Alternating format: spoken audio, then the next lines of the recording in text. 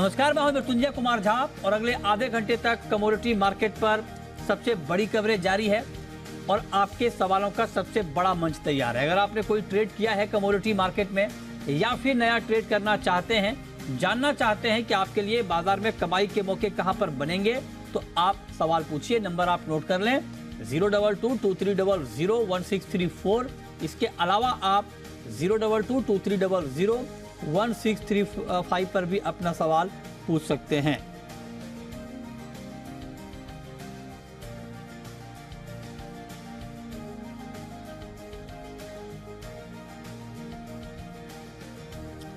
और सबसे पहले बात करेंगे एक महत्वपूर्ण खबर की। खबर यह है कि सरकार ने यह कहा है कि दाल की कीमतों में अब कमी आनी शुरू हो गई है और थोक में 2-3 दिनों में करीब करीब 2.5 रुपए प्रति किलो तुअर दाल के दाम कम हुए हैं।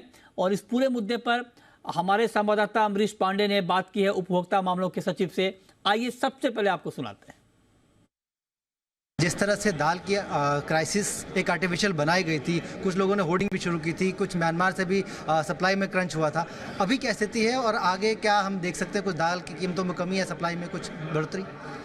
तो इसके दो पहलू हैं। कुछ जो म्यांमार से स्टॉक नहीं आ रहा था, उसके लिए हमने भारत के हमारे राजदूत जो वहाँ हैं उनके माध्यम से वहाँ जो लोकल ट्रेडर्स हैं उनको आग्रह किया था कि स्टॉक को अननेसेसरी होल्ड ना करें। उसके अच्छे परिणाम आए हैं। पिछले कुछ समय से स्टॉक आना शुरू हुआ है और लगभग 250 रुपये पिछले 2 दिन में होलसेल की कीमतों में गिरावट आई। और जो लोकल जिन्होंने इंपोर्ट करके रखा हुआ था, उसके लिए विभाग ने एडवाइजरी जारी की है कि जो इंपोर्टेड स्टॉक है उसको 30 दिन के अंदर मार्केट में ले आएँ। उससे भी थोड़ा फ़र्क पड़ रहा है। तो आने वाले दिनों हम ये आश्वस्त कर सकते हैं कि दाल की कीमतें अभी कम होंगी? देखिए, दाल की जो कीमतें हैं, मूंग, मसूर और चना, इसकी तो कम चल ही रही हैं। थोड़ी सी तेज़ी तुअर में थी, चूँकि थोड़ा उत्पादन इस बार कम हुआ था। वो भी हमें अपेक्षा है कि वो भी कंट्रोल में आ जाएगी।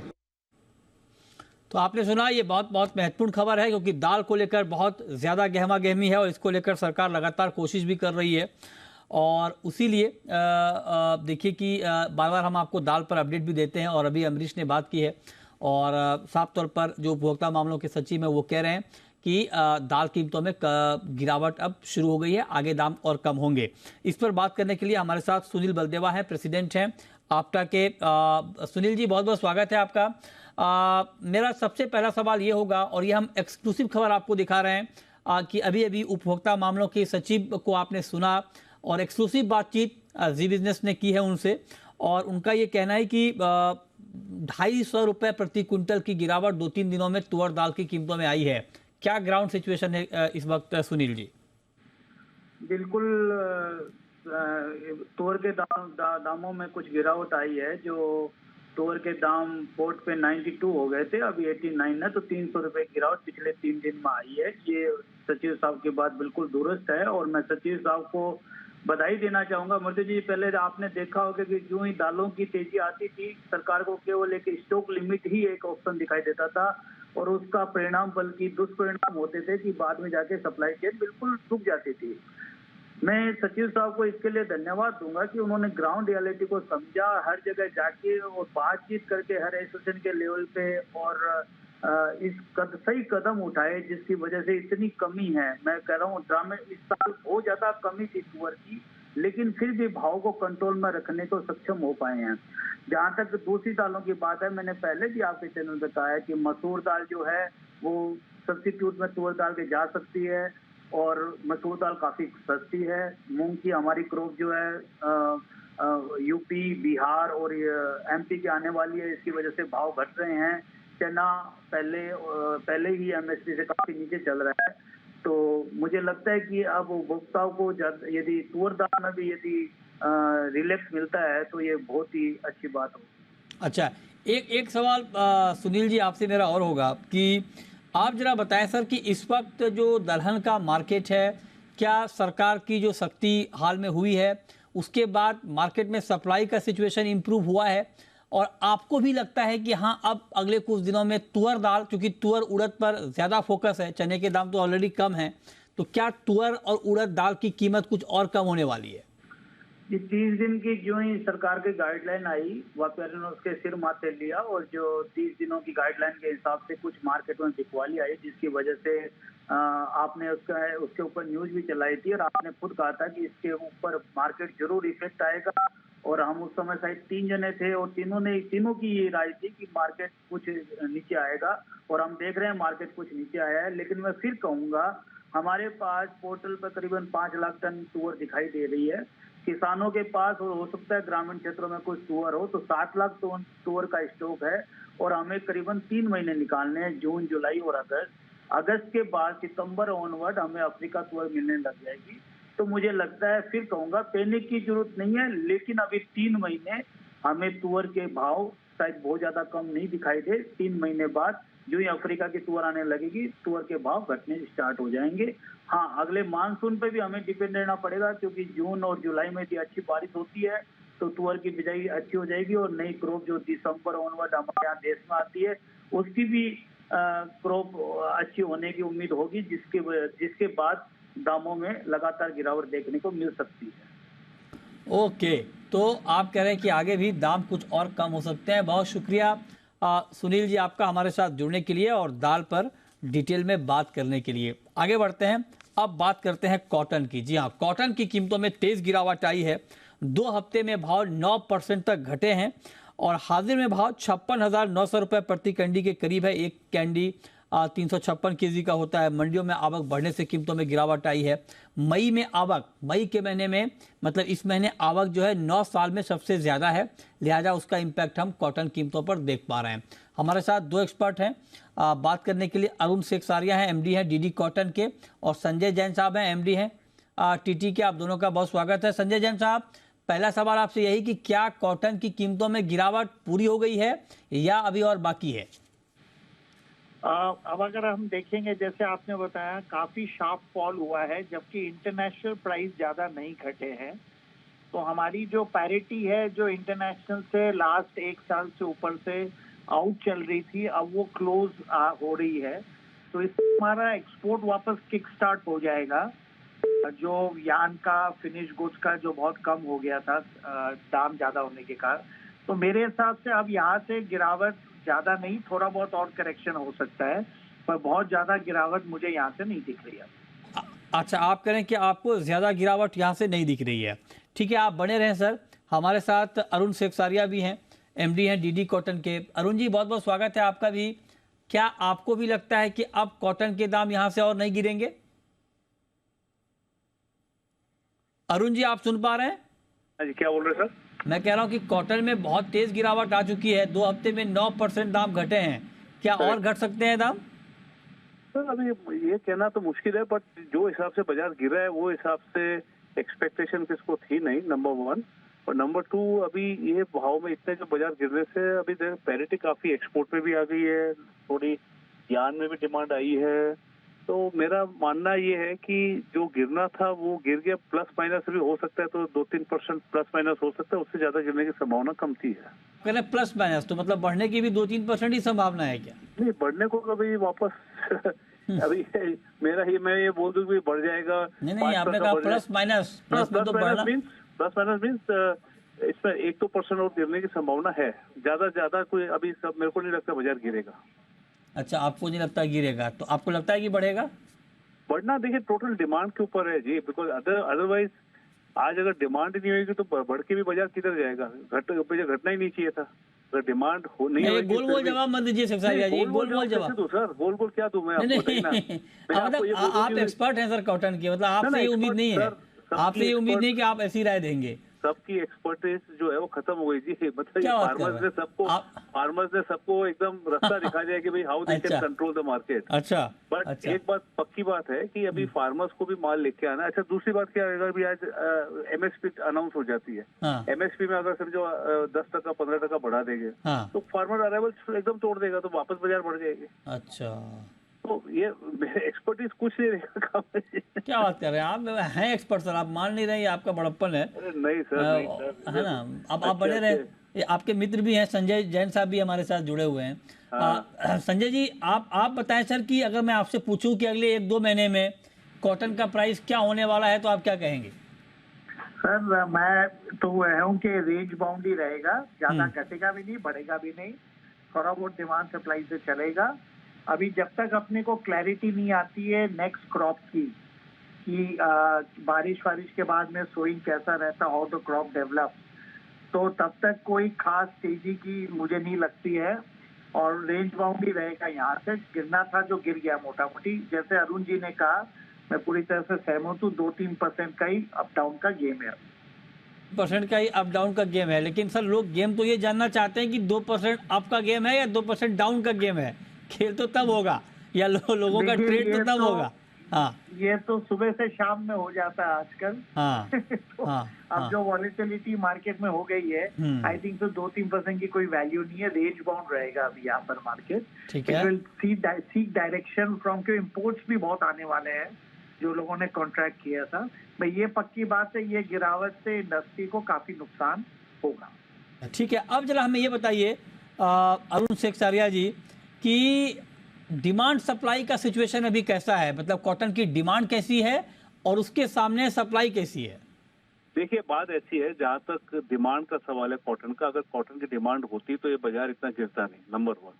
नंबर 2, आज यार्न के अंदर भी है, आप देखिए सबके पास माल पड़ा है। अभी थोड़ा बहुत सौदे होने को चालू हुए चाइना के अंदर, बट उसके अंदर खाली सौदे हो रहे हैं, प्राइस मार्जिन कुछ भी नहीं है। मतलब ये घर से लग रहा होगा, बट मिल्स आर हैप्पी कि भी कम से कम माल तो मेरा बिक रहा है, रोटेशन हो रहा है। अभी प्रॉब्लम क्या हो गई है जी कि लास्ट 2 साल में इतनी रुई मिलों ने खरीद लिया, इंपोर्ट भी खरीद लिया है, लोकल में भी माल पड़ा रह गया है, तो उसकी average costing is coming to 63-64,000 rupees. तो आज ये नीचे भाव गिरने के बावजूद भी they are not able to take any benefit of the price. 70-80% mills जो है जिनके पास माल पड़ा है वो बेनिफिट नहीं ले पा रही है। तो ये कहना कि भाई आज डिमांड सप्लाई का क्या होएगा वो बड़ा मुश्किल है। बट एक बात पक्की है, जैसे संजय जी ने कहा है, डाउन साइड जो होना था हो गया, 1,500-1,000 रुपये और हो जाएगा। बट अपसाइड के अंदर मेरे को लगता है ये 57,000 एंड 62,000 का रेंज, 60,000 61,000 का रेंज में बाजार चलता रहेगा। रेंज इंडस्ट्री के लिए ठीक है? इंडस्ट्री के लिए तो अगर डिमांड होगी तो भैया, लास्ट ईयर आपने 1 लाख रुपया भी इंडस्ट्री ने माल पैसा दिया ना और कमाया है। तो ये कहना कि भाई इंडस्ट्री के लिए ठीक है कि नहीं, इंडस्ट्री तो ये चाहती है कि जितना नीचे भाव में रुई मिले वो अच्छा है और जितना ऊंचे भाव में यार्न बिके वो अच्छा है। अच्छा, आज फार्मर का भी आप देखिए ना, 8,500 में नवंबर में माल बेचा था, आज 7,000 में बेच रहा है, तो क्या फायदा हुआ उसको माल रख के। इंडस्ट्री भी दोनों हाथ में लड्डू चाहती है। दोनों एकदम, सब लोग सब चाहते हैं जी, आप भी चाहते हो कि मैं तो नहीं चाहता, मैं चाहता हूँ एक ही हाथ में आए सर। मेरे को न्यूज़ सही मिली। मैं तो एक ही न्यूज चाह रहा हूँ आपसे कि देखिए ऐसा है कि सब लोग की चाह एक ही है कि भाई इसमें जितना हो सकता है we are able to get maximum leverage, but ये हो नहीं रहा है। एंड फार्मर भी गलत पड़ गए अभी जाके, एंड मिल भी गलत पड़ गई है, एंटायर वैल्यू चेन गलत पड़ गया है। तो ये कहना कि भी is anybody making money, no. Okay, ठीक है, हालांकि बनाएंगे भी तो आप लोग बताएंगे नहीं खुल के, ठीक है, लेकिन आप क्या कर सकते हैं उसमें, हाँ है ना। बहुत शुक्रिया अरुण जी आपका और संजय जी आपका हमारे साथ जुड़ने के लिए, कॉटन पर बात करने के लिए। चलिए आगे बढ़ते हैं और अब बात करते हैं नॉन एग्री मार्केट की, गोल्ड की। और गोल्ड में आप देखिए थोड़ी सी तेजी बढ़ी है, 125 रुपये ऊपर है गोल्ड, लेकिन मार्केट को वही जो यूएस की डेट सीलिंग है, जो कर्ज का संकट है, उस पर मार्केट की नज़र है। बीरेन जी क्या करना चाहिए गोल्ड में? गोल्ड वैसे सीमित दायरे का कारोबार है, बट फिर भी शॉर्ट कर सकते हैं इंट्राडे के लिए 60-300 के आसपास। 480 का 6048 का स्टॉप लॉस रखना चाहिए और टारगेट हम 60,050 के आसपास का रख सकते हैं और ये सिर्फ इंट्राडे काम करना चाहिए। ओके, ठीक है, तो इंट्राडे आप कह रहे हैं कि काम करना चाहिए। 60,321 का इस तरह भी गोल्ड में दिख रहा है, इस पर आप नजर रखिए। अखिलेश जैन साहब टेक्निकल एक्सपर्ट हैं और टेक्निकल IQ इन्होंने अपनी कंपनी का भी नाम रखा है। सर नाम बड़ा अच्छा रखा है अखिलेश जी आपने, टेक्निकल IQ, कमाल है। और फंडामेंटल IQ बीरेन जी के पास है, आपके पास टेक्निकल IQ है। तो अब आप जरा बताइए कि आपका टेक्निकल IQ क्या कहता है गोल्ड को लेकर, अखिलेश जी? काफी ज्यादा चार्ट्स पे अभी मिक्स लग रहे हैं, गोल्ड और सिल्वर दोनों ही, और काफी अभी कुछ पिछले दिनों में काफी इसमें अभी नरमी देखी गई है ड्यू टू डॉलर इंडेक्स में तेजी आई है और अदर फैक्टर्स भी, जैसे इन्फ्लेशन वहां पे थोड़ा सा टैम हुआ है, तो ये कंसर्न के कारण थोड़ी नरमी आई है। बट मुझे लगता है कि यहाँ पे डॉलर इंडेक्स को एज वेल एज INR को थोड़ा सा सपोर्ट मिलना चाहिए। तो यहाँ पर गोल्ड में अगर एक पोजीशन बनानी है तो 60-250 के आसपास बाय कर सकते हैं। 60-175 का इस पे स्टॉप लॉस रखिए और लक्ष्य 60,600 प्लस के देख सकते हैं। वहीं सिल्वर मुझे काफी ज्यादा मिक्स लग रहा है। 71,300 और 72,750 की एक रेंज में लग रहा है। तो आइदर साइड कोई भी रेंज आता है तो उन रेंज के आसपास बाय और सेल बना के ट्रेड कर सकते हैं, बट स्पेसिफिक कोई रिकमेंडेशन नहीं है सिल्वर के अंदर। अच्छा, ओके, ठीक है। तो ये राय आपकी बन गई गोल्ड सिल्वर पे। ओके, इस पर आप नज़र रखिए। लेकिन अब एक खबर है क्रूड को लेकर। ये खबर बड़ा महत्वपूर्ण है, इसका इम्पैक्ट हमने क्रूड प्राइस पर देखा भी है। खबर ये है कि सऊदी अरब ने शॉर्ट सेलर्स को चेतावनी दी है, सावधान किया है कि आप सावधान रहें, नहीं तो उन्हें इसका खामियाजा भुगतना पड़ सकता है। और इस बयान के बाद इस बात की संभावना बढ़ रही है कि क्या कहीं एक बार फिर से ओपेक या सऊदी अरब की उत्पादन कटौती की योजना तो नहीं है, शॉर्ट सेलर को जिस तरह से वार्निंग दी है। तो बीरेन जी, आपको इस बयान का क्या मतलब लग रहा है? 4 जून को बैठक है ओपेक प्लस की। मुझे थोड़ा इसमें ऐसा लग रहा है कि शायद ओपेक की ओर से ये डिस्परेशन है, क्योंकि प्रोडक्शन कट वो काफ़ी कर चुके है। अब ज़्यादा इसमें गुंजाइश बची नहीं है। हम जो नरमी देख रहे हैं प्राइस में जनरल, वो डिमांड की कमी है। जो रिसेशन जो बन रहा है या चाइना में फिर से कोविड का जो फ्लेयर अप हुआ है, तो ये देखते हुए ऐसा लग रहा है कि अगर प्रोडक्शन कट जैसा कोई बाउंस आएगा क्रूड में तो वो शॉर्ट करने की अपॉर्चुनिटी होगी। अच्छा, ठीक है। चलिए अब हम शुरू करते हैं सवाल जवाब। पहला सवाल है सीताराम का। पूछिए सीताराम जी। हाँ सर, नमस्कार। मैं अशोकनगर से बोल रहा हूँ, एमपी से। हाँ, बोलिए। हाँ सर, ये कॉटन खल के बारे में मैं जानकारी चाह रहा था। बिनौला खल काफी मंदी हुई है, इसमें आगे मंदी है और तेजी आ सकती है। बताइए बीरेन जी, आगे तेजी या मंदी कॉटन खल में? इसमें फिजिकल मार्केट काफी कमजोर है इस बार। बिनोला भी कमजोर है, बिनोला खल भी कमजोर है, और अभी जो अराइवल बढ़ी है हमने पिछले 2-3 वीक से, थोड़ा सा दबाव इसमें शायद आ सकता है। अब बात वेदर पे चली जाएगी, मींस मॉनसून नजदीक है, इसलिए मार्केट कहीं बॉटम के नजदीक है, बट फिर भी बाई साइड में फिर भी मैं बाई साइड में रिकमेंडेशन या कंफर्टेबल नहीं हूँ लेने के लिए। ओके, चलिए नेक्स्ट कॉलर पंकज है हमारे साथ। पूछिए पंकज जी। सर नमस्कार। नमस्कार, पूछिए। सर, मैंने आपसे 2-3 दिन पहले भी जब बात करी थी तो मैंने आपसे क्वेश्चन करा था कि ये कॉपर जो है आपका M6+690 कब आएगा। तो आपने कहा, सर ने हमें कहा था कि वो आना बड़ा मुश्किल है, लेकिन वो उस तरफ आता नजर आ रहा है। तो क्या कॉपर और जिंक पे ये दबाव ऐसे ही बना रहेगा? और एक छोटा सा प्रश्न और, क्या अमेरिका के जो आर्थिक आंकड़े वो क्या हमारे हिंदुस्तान को इफेक्ट कर सकते हैं? नहीं, कौन से आंकड़े? मतलब जो आप बात कर रहे हैं कि अमेरिका का जो रिपोर्ट आना है, वो जो क्या मतलब डेट सीलिंग। Yes sir. अच्छा, तो क्या उससे हमारी अर्थव्यवस्था को फर्क पड़ेगा? चलिए पहले तो आपको कॉपर और जिंक पर राय दिलाएं, फिर यूएस वाली खबर पे हम आएंगे। तो अखिलेश जी, टेक्निकल चार्ट पर अभी आपको कॉपर का और जिंक का लेवल क्या दिख रहा है?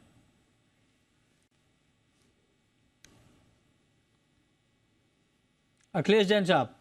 हेलो। हाँ, कॉपर जिंक में क्या लेवल है सर?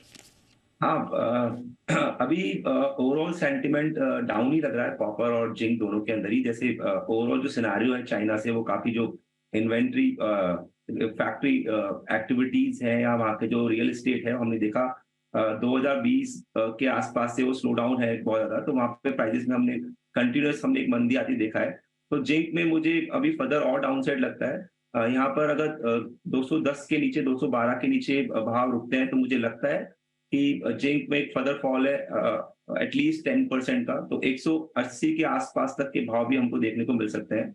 वहीं कॉपर में मुझे ओवरऑल डाउन साइड लगती है, 675 तक के भाव यहाँ पे हमको देखने को मिल सकते हैं। ये पोजिशनल आउटलुक है, trading it's a different thing, but 212 के नीचे जिंक में हमको सेलिंग ही ध्यान रखनी चाहिए। और कॉपर के अंदर आप 708 के नीचे सेल ऑन राइज की रणनीति रख सकते हैं फॉर दिस वीक ऑल्सो।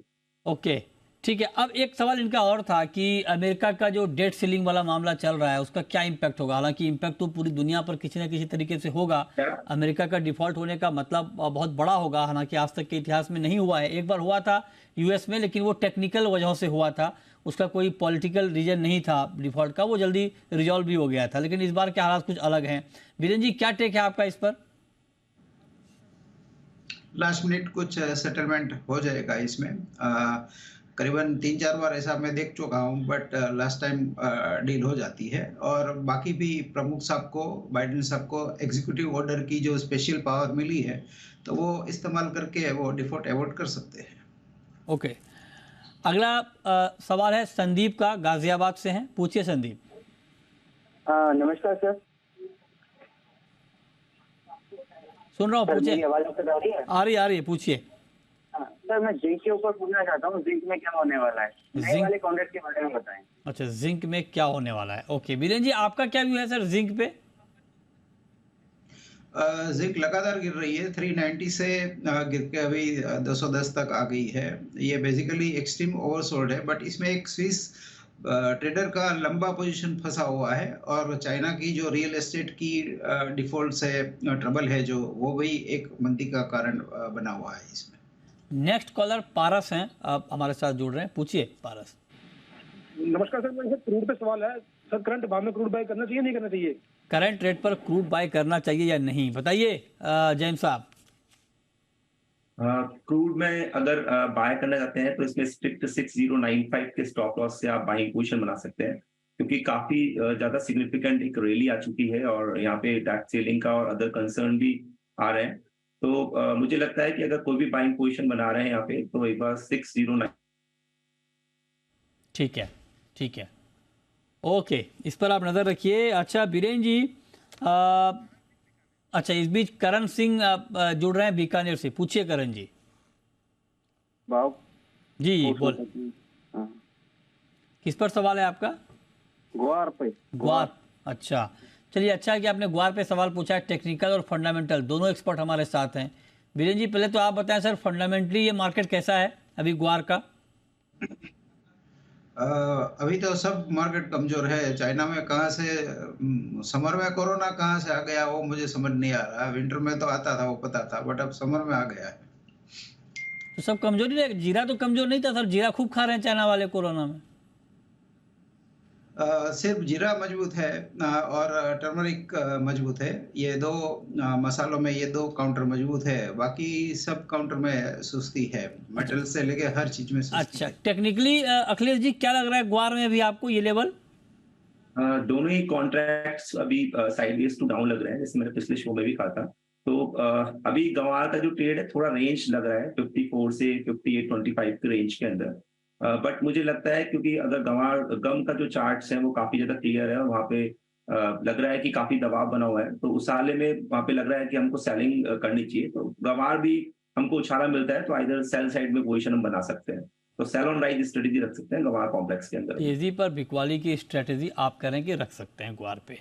अगला सवाल है फरहान का। पूछिए फरहान जी। जी सर जी, मेरा वीरेंद्र वकील साहब से सवाल है कि मैनथॉयल में वाकई क्या होगा, इसके फंडामेंटल कैसे हैं, क्या यहाँ से कुछ बढ़ेगा आगे या बॉटम कहाँ बन गया सर, इसका बॉटम पूछ लीजिए। बताइए वीरेंद्र जी। इसके वॉल्यूम बेहद कमजोर हो गए हैं। 8-10 लॉट के वॉल्यूम में ना हम टॉप देखेंगे ना बॉटम देखेंगे। जब तक लिक्विडिटी नहीं वापस आएगी तब तक इसको नहीं देखना चाहिए। पंकज है नेक्स्ट कॉलर। पूछिए पंकज जी। सर नमस्कार। नमस्कार, पूछिए। सर मैंने 180 की जून की गैस सेल की हुई है सर। 180 पे? हाँ जी 188 सॉरी। 188, अभी मार्केट है 194 के आसपास। ठीक है, तो क्या रहेगा सर, आ सकता है भाव जून? अच्छा, क्या करना चाहिए अखिलेश जी नेचुरल गैस में? नेचुरल गैस अभी नीचे आता है 188 के आसपास, तो आप एक बार अपनी पोजीशन से एग्जिट हो सकते हैं। नहीं तो अपनी पोजीशंस पे स्ट्रिक्ट 202 रुपए का स्टॉप लॉस आप लगा के ट्रेड करें अपने सौदे पे। ठीक है, बहुत शुक्रिया अखिलेश जी आपका, बीरेन जी आपका, तमाम सवालों के जवाब देने के लिए।